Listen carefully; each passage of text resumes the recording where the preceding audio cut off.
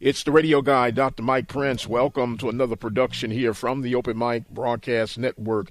It is our mission to try to bring you some news you could use. Today is no exception to the rule. Follow me on Twitter X at The Mike Prince Show. Subscribe to the YouTube channel at the Open Mic Broadcast Network. And don't forget to visit our website with the 24-hour stream at obnradio.com.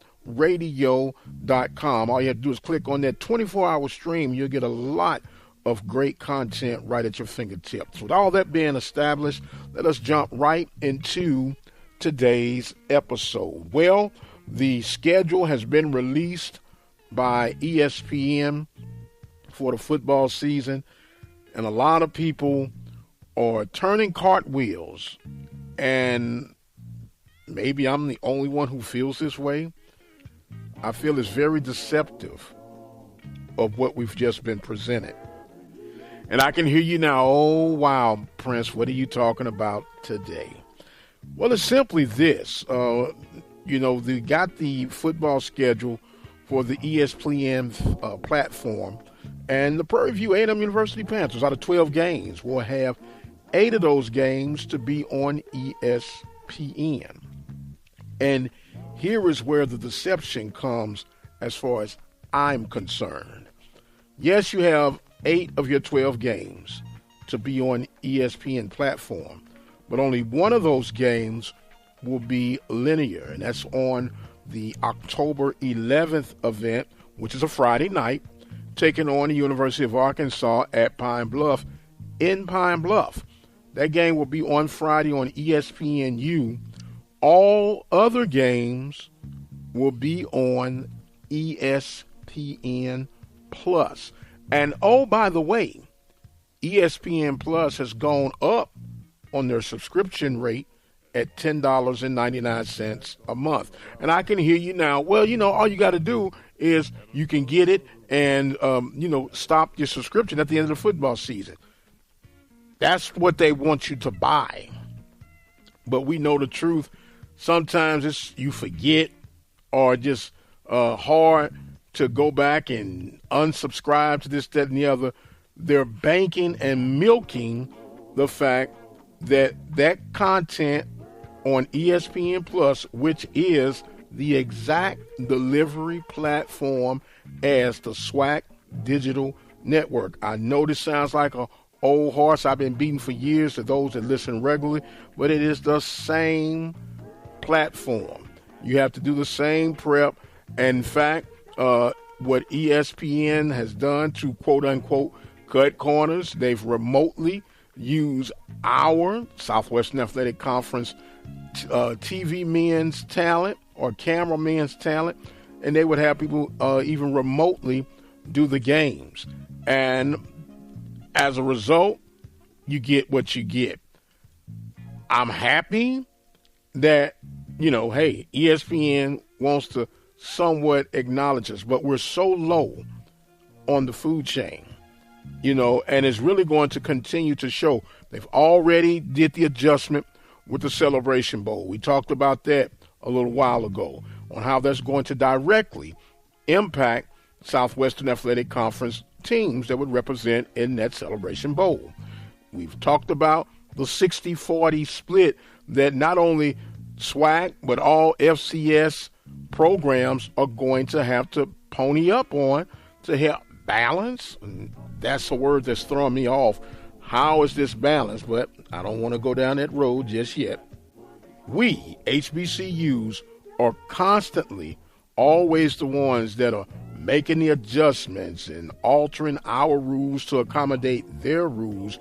And we say, well, it's better than what the Southland is getting and what these other FCS programs are getting. But we have something that you can't just find anywhere, in particular with the Southwestern Athletic Conference.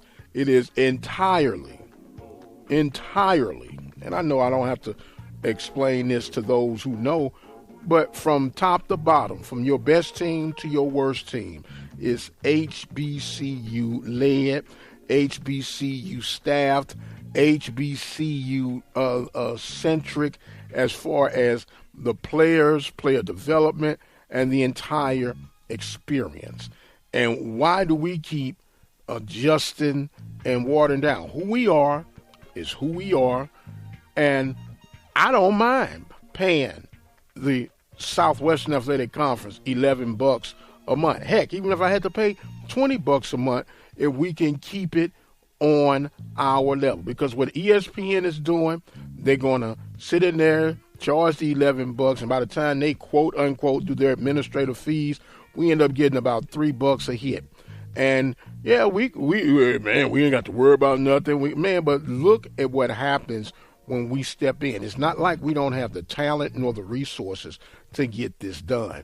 Years ago, when the SWAC Digital Network were having issues with the crashing of the program, it wasn't just SWAC Digital Network. It was ESPN and other streaming platforms. With your G5 or whatever this stuff is now with the internet, the LTEs and all that has gotten a lot better. Still some issues in some rural areas, but you have a great opportunity to take back your identity, to take back the true essence of what the Southwestern Athletic Conference is all about. We've always been unique when it comes to the Heritage Bowl, Celebration Bowl, not participating with the FCS. We do have a strong core fan base, not where we would desire it to be ultimately, but it is better than some other FCS conferences.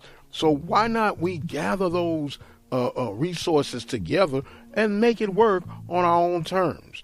I know it is what it is, and some of you will never begin to see it, and I've understood that, but it doesn't stop me from stating the obvious.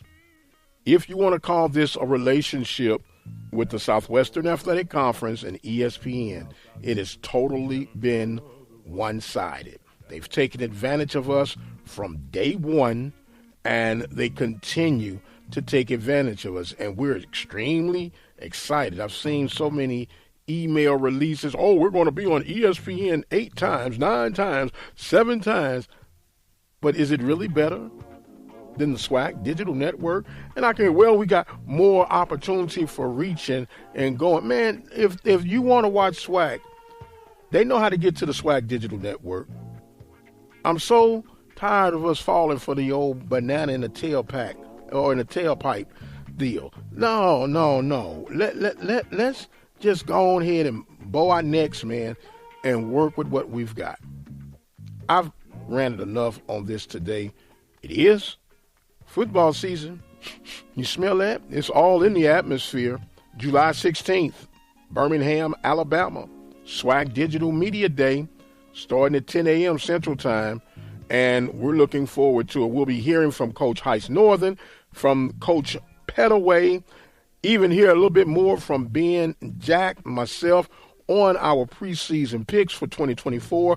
If you had not heard, we've provided picks for Prairie View, FAMU, Southern, Texas Southern, Jackson State, and Alcorn. We'll be featuring, we know for sure, Alabama State and Grambling. I'm trying to get the guys to do Bethune-Cookman as well as Texas Southern, and closing out with the Pine Bluff Golden Lions and the Mississippi Valley State Delta Devils.